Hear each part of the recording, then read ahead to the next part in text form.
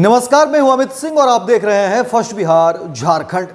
देखिए, बिहार में एक बार फिर से घमासान मच गया। आपको बता दें कि एनडीए में सीट शेयरिंग को लेकर के देखिए अब बवाल मचा हुआ है। कल ही जिस तरीके से दिल्ली में अमित शाह ने तमाम बीजेपी के नेताओं के साथ बैठक की थी, मीटिंग की थी और उसमें सीटों को लेकर के देखिए अमित शाह ने चर्चा किया तमाम बीजेपी के बड़े कद के नेताओं के साथ। लेकिन इस बीच देखिए बिहार में जीतन राम मांझी ने दावेदारी पेश कर दी है कई सारी सीटों को लेकर के, और उसी के बाद एनडीए में घमासान मच गया है क्योंकि सवाल कई सारे खड़े होते हैं। क्योंकि देखिए बिहार एनडीए में कई सारे दल हैं और अलग अलग दलों की अपनी अपनी जो है मांग है।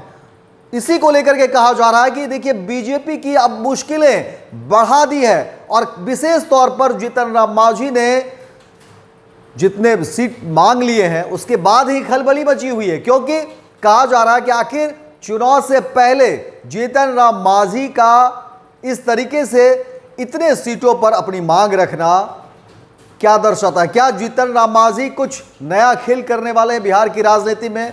क्या जीतन राम मांझी पर्दे के पीछे कुछ और बात कहना चाह रहे हैं या कोई और रणनीति बनाना चाह रहे हैं जीतन राम मांझी? और इसी को लेकर के देखिए एनडीए में खलबली है क्योंकि जीतन राम मांझी ने कह दिया है कि देखिए हमारा जनाधार बिहार में काफ़ी ज़्यादा है। हम जहां भी जाते हैं 10 से 20 हज़ार लोग तो ऐसे ही आ जाते हैं और ऐसे में हमको सबको साथ लेकर के चलना है।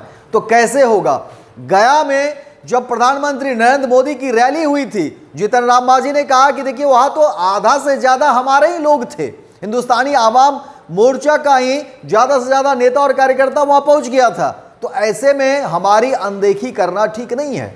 हमारा जनाधार ज़्यादा है, हमारे लोग ज़्यादा हैं और जहां भी हम मीटिंग करते हैं तो वहां देखिए 10-20 हज़ार लोग तो ऐसे ही आ जाते हैं। इन्हीं सब चीज़ों को लेकर के जीतन राम मांझी ने कहा कि देखिए हमें कम से कम जो है 20 सीटें तो मिलनी ही चाहिए।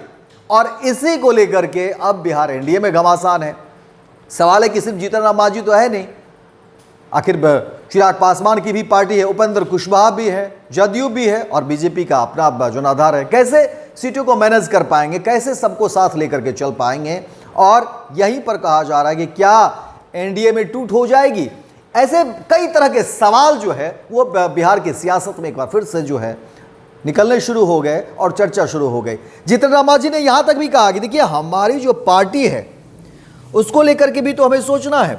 कहा कि देखिए राज्य स्तरीय पार्टी का दर्जा नहीं है हिंदुस्तानी आवाम मोर्चा को, और राज्य स्तरीय पार्टी का दर्जा प्राप्त करने के लिए कम से कम 6% वोट शेयर या 7 से 8 विधायकों की जरूरत होती है।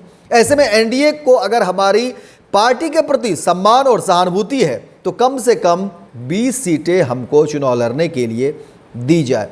और इन्हीं बातों को लेकर के अब बिहार एनडीए में घमासान मचा हुआ है कि आखिर क्या कुछ होगा। बीजेपी को एक तरीके से टेंशन दे दी है जीतन राम मांझी ने। कई तरह के सवाल निकलकर सामने आ रहे हैं कि क्या जीतन राम मांझी अपना पाला बदल सकते हैं, क्या तेजस्वी के साथ जा सकते हैं? राजनीतिक विश्लेषक भी इस पर अपनी राय दे रहे हैं।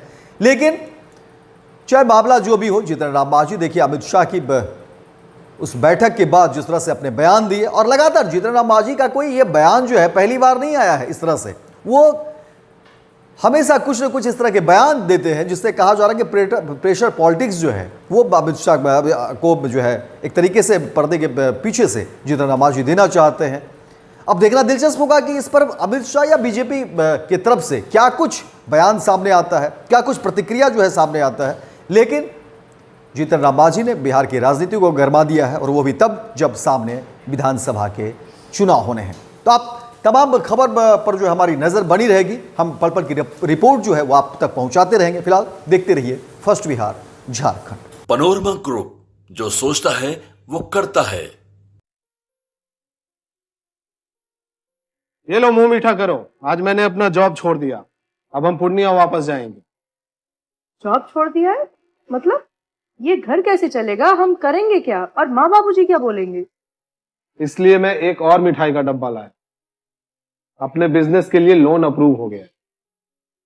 अरे लोन अप्रूव हो गया वो तो ठीक है, लेकिन पूर्णिया में हम रहेंगे कहाँ? अपना घर भी तो नहीं है वहाँ। इसलिए तो एक और मिठाई का डब्बा अलग से लाया हूँ। हमने पूर्णिया में घर ले लिया है, पूर्णिया के ई होम्स पैनोरमा में। पूर्णिया में पैनोरमा ग्रुप लेकर आए हैं ई होम्स पैनोरमा, बड़ा घर, आलीशान जिंदगी और अत्याधुनिक सुविधाओं के संग। अरे अरे, अब क्यों मुंह मीठा करवा रही हो? क्योंकि हम घर वापसी जो कर रहे हैं। घर वापसी की खुशी पूर्णिया में ई होम्स पैनोरमा के संग। ई homes panorama, luxurious lifestyle redefined.